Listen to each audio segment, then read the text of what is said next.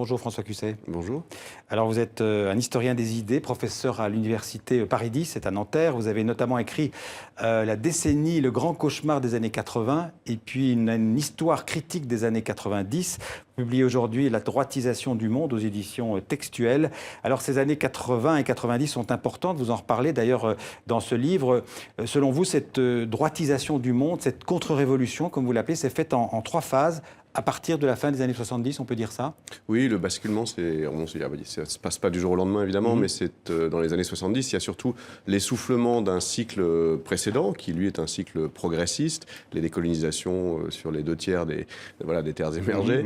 C'est bien sûr les contestations étudiantes, la culture jeune, l'État-providence, l'économie mixte dans la plupart des pays occidentaux. Et ce cycle-là est interrompu assez brutalement à partir de la fin des années 70. Les deux dates qu'on retient en général, c'est l'élection de Thatcher en Angleterre 79. et de Reagan aux États-Unis en 80, qui en fait propose un nouvel agenda idéologique pour la droite, qui est de déréglementation et de dérégulation généralisée, et va faire basculer le pouvoir politique vers le pouvoir économique et le pouvoir des entreprises vers les actionnaires en 2 décennies. Et alors, effectivement, je cite l'état des lieux, je cite le texte de présentation de votre livre, qui en 4e de couverture, qui le résume bien. Vous dites « Cynisme économique, rendement optimal, narcissisme en réseau, conservatisme social, crispation sécuritaire, recul de la démocratie, recroquevillement national ou folie théocratique. Si toutes ces facettes de notre présent formaient les éléments d'un seul puissant virage à droite de la planète ». C'est un tableau assez sombre. Oui, effectivement. C'est-à-dire qu'en fait, il s'agit d'essayer de prendre en écharpe toutes les facettes de notre contemporain, y compris effectivement les facettes culturelles, l'usage des nouvelles technologies. Donc, j'ai rien contre les nouvelles technologies, bien sûr, mais c'est leur usage qui est un usage individualisant, plutôt commercial, etc. Aussi bien l'ubérisation actuelle du monde, c'est-à-dire si vous avez 2 heures à perdre, vous allez les gagner en vous mettant sur un marché. L'ensemble de ces facettes va, pour moi, dans le même sens, qui est celui des marchés, auquel la seule alternative proposée est, comme on le voit dans l'actualité politique, le repli national, la xénophobie et l'imputation de toutes les misères du monde aux étrangers, aux réfugiés, aux minorités, etc. Mais donc vous parlez de droitisation à partir de la fin des années 70, mais on n'était pas vraiment plus à gauche avant. Est-ce que De Gaulle et Pompidou, c'est pas vraiment des gauchistes, Mais en fait, je ne parle pas de la politique officielle et électorale. Ce dont je parle, c'est des mouvements profonds de la société, des mouvements sociaux eux-mêmes, qui étaient quand même beaucoup plus puissants, massifs à l'époque.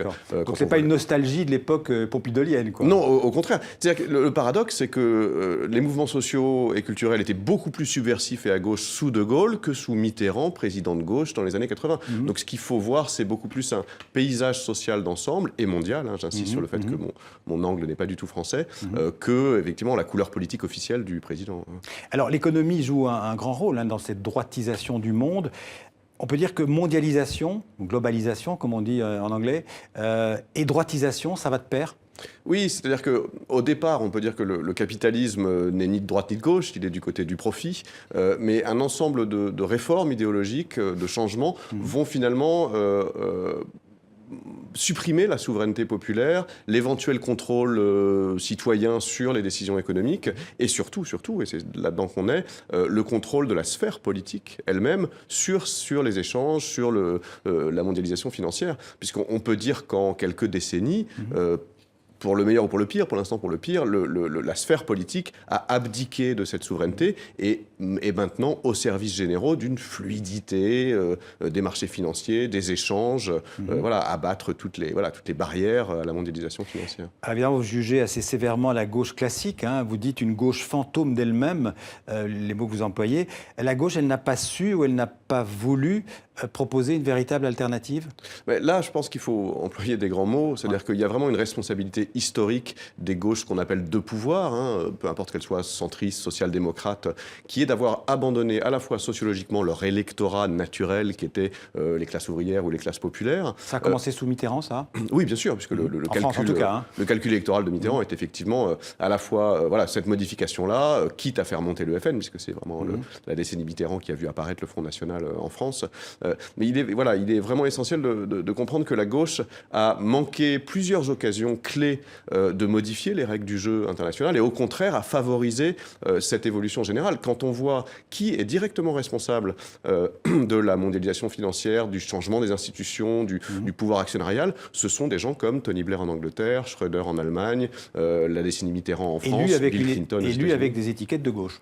Voilà, finalement, on peut dire que cette gauche-là, social-démocrate, technocrate, de pouvoir, s'est avérée plus efficace sur le terrain économique que la droite, mais en abandonnant le reste, c'est-à-dire le terrain culturel, le terrain de l'opposition, de la contestation du peuple, elle l'a laissé en jachère à l'extrême droite, enfin, ou en tout cas aux droites très conservatrices, qui l'ont récupéré depuis et qui l'occupent de façon éhontée. D'accord. Et une question dans l'actualité qui va vous faire sourire, j'imagine. Qu'est-ce que vous attendez de la primaire de la gauche en France ? Oh là là, le problème, c'est que la gauche n'est plus une entité en soi. Il y a au moins deux familles. C'est-à-dire qu'il y a effectivement les gauches officielles, celles qui ne veulent pas modifier les règles du jeu européen, économique, mondial. Et puis, voilà, une gauche de la gauche qui est elle-même très dispersée, elle-même en proie à des luttes internes. Donc, malheureusement, je ne pense pas que ce soit sur cette élection-ci qu'elle pourra se reconstituer. Ce clivage est très, très profond. Il vient de très, très loin. Donc là, c'est plutôt un désastre auquel on fait face. Par contre, c'est peut-être l'occasion que de nouveaux mouvements sociaux, parce que la politique c'est aussi sur le terrain, c'est loin des élections, donnent naissance à d'autres offres politiques à gauche. On va en parler. Mais donc vous pronostiquez que la gauche, elle va passer son tour cette fois-ci, en 2017 La question c'est de savoir si elle sera au deuxième tour ou pas. Ça a l'air mal barré, pour le dire trivialement, pour l'instant. Alors justement, vous placez vos espoirs, c'est le mot que vous utilisez dans votre livre, dans les mouvements citoyens, des formes de résistance nouvelles, comme vous les appelez. Ça se traduit parfois par de nouveaux partis politiques, d'ailleurs comme Podemos en Espagne ou comme Bernie Sanders aux États-Unis. C'est un vrai espoir pour un renouveau, une réinvention de la gauche ?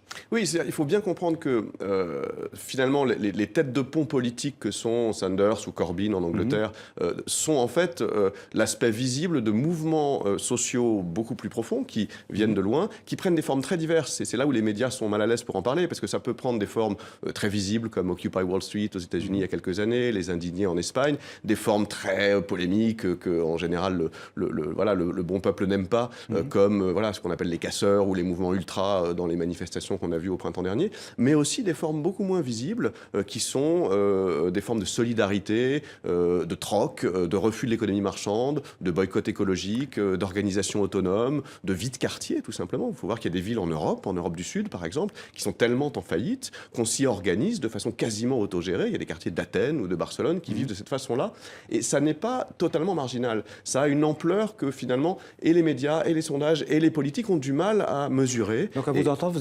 vous croyez plus dans ces mouvements citoyens à la base, de manière locale, que dans des mouvements politiques comme Podemos qui risquent d'être récupérés à nouveau par le système. Le problème, c'est que ces mouvements citoyens lorsqu'ils deviennent majoritaires, ont une représentation politique. Podemos, finalement, c'est la conséquence de plusieurs saisons de contestation en Espagne. Et une fois qu'ils sont dans le jeu électoral et dans le jeu des compromis, comme on l'a vu avec Syriza en Grèce, ça pose des problèmes, ça oblige à trahir certaines promesses, à quitter une partie de son électorat naturel. Donc l'espoir viendra de la base. Si on peut dire. Ce qu'il faut voir, c'est on est sur une réaction de long terme à ces 30 ou 40 ans de tournants réactionnaires et contre-révolutionnaires, dont les résultats ne seront pas immédiats, ça va de soi. Mais je pense que là, vraiment, les médias ont un rôle à jouer pour montrer ce qui se passe. Alors, vous y avez fait allusion, la tentation populiste actuelle, voire d'extrême droite, on a vu l'exemple autrichien, donc qui apparemment, ce soir, ne se réalisera pas. Vous la situez où, cette tentation populiste ? Elle fait aussi partie de cette droitisation du monde, ou c'est une autre expression de quelque chose ? Le populisme est un mot un peu ambigu. Ce qu'il faut voir, c'est que face au désastre de la mondialisation libérale et de ce retour réactionnaire, il y a deux réactions possibles qu'on a tendance à rabattre dos à dos et à réunir, mais qui ne sont absolument pas les mêmes, qui sont la souveraineté nationale, le repli national, y compris xénophobe, y compris de lutte contre toutes les minorités possibles, dont Donald Trump incarne par ses discours de campagne, c'est la figure de proue. Et la souveraineté... Donc ça, c'est pas la droitisation, c'est évidemment pas ça dont vous parlez. Non, mais ça, parce que Trump est un homme de droite. Oui, mais ça, c'en est la conséquence extrême, si vous voulez. Alors qu'en face, il y a une autre forme de souveraineté, qui est la souveraineté populaire, qui n'est pas nationale, qui, après tout, n'est pas un repli à l'intérieur de nos frontières, qui peut être la main tendue aux différents mouvements sociaux des différents pays. On peut imaginer une Europe sociale, c'est quelque chose de possible. Donc, ce sont là deux alternatives, deux voies de sortie de l'ordre néolibéral actuel, tout à fait opposées, tout à fait incompatibles. Et finalement, la lutte, elle est entre ces deux formes-là. L'Union européenne, vous venez de le citer, vous l'envoyez comment ? C'est un instrument instrument de cette droitisation ou au contraire c'est un moyen d'en sortir? Ça aurait pu être un moyen d'en sortir, c'est devenu un instrument de cette évolution générale. Et là aussi, je trouve scandaleux qu'on ait, dès que des alternatives ont été discutées, dès que des référendums ont été proposés sur le traité constitutionnel, là aussi, les élites dans notre pays ont expliqué que c'était l'Europe ou le Troisième Reich, ou le Quatrième Reich, si vous voulez. Qu'en fait, dire non à l'Union européenne, c'était tomber dans le pire. Non, parce qu'il y a effectivement, encore une fois, l'alternative d'extrême droite, mais d'autres formes de sortie de cet ordre-là, de réforme de cet ordre-là, qui sont des formes populaires démocratiques. Une dernière question est sur une dimension aussi assez pessimiste dans votre livre, en tout cas pour moi, quand vous doutez de la capacité des gens à se révolter, vous dites dans notre société individualisée, morcelée par Internet notamment, par les réseaux sociaux, l'idée même de conflit social risque de disparaître. En fait, le problème, c'est le problème de l'organisation, qui est un vieux problème de la gauche, c'est-à-dire que les organisations traditionnelles qui canalisaient la contestation, qu'elles soient les syndicats, les partis, sont en déclin catastrophique. Les gens ne leur font plus confiance. En France et finalement ailleurs, on le voit même dans les pays émergents.